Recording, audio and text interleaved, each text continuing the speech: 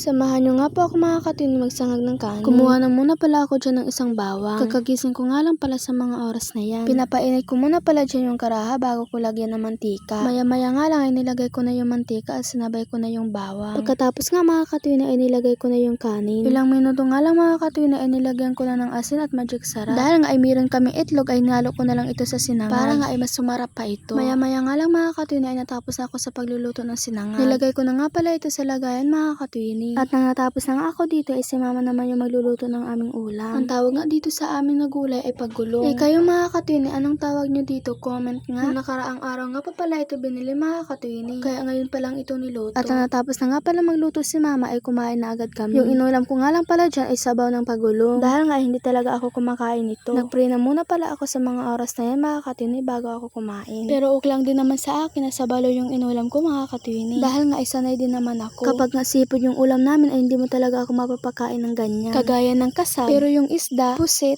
at ang malaking hipon ay kumakain ako. Maliban lang sa hindi ko binanggit mga katwini, hindi talaga ako kumakain yan. Kasabay na yung kasag, hindi talaga ako kumakain. Iwan ko nga sa akin sarili kung bakit hindi ako kumakain ng ganyan. Siguro dahil lang sa kaartihan ng katwini nyo.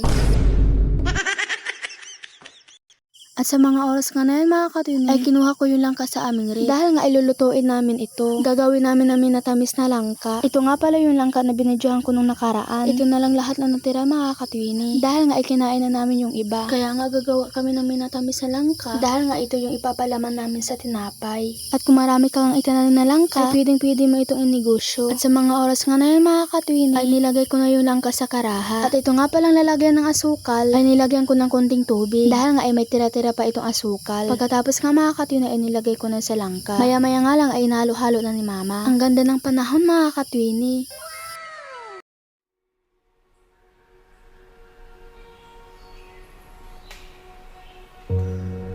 At ito nga palang nilutong langka ay nilipat sa shilling. At ayan mga katwini, ipinagpatuloy ko na yung pagluluto. At maya maya nga lang natapos na ako sa pagluluto ng minatamis na langka. At sa mga oras nga na yan ay nagmerienda kami. At ayan, nilagyan ko na yung tinapay ng minatamis na langka. Tagal maluto nito mga katwini. Ang sarap mga katwini. Bago ko nga pala tatapusin yung aking vlog, huwag kalimutan mag-follow, like, and comment. Thank you for watching. Bye!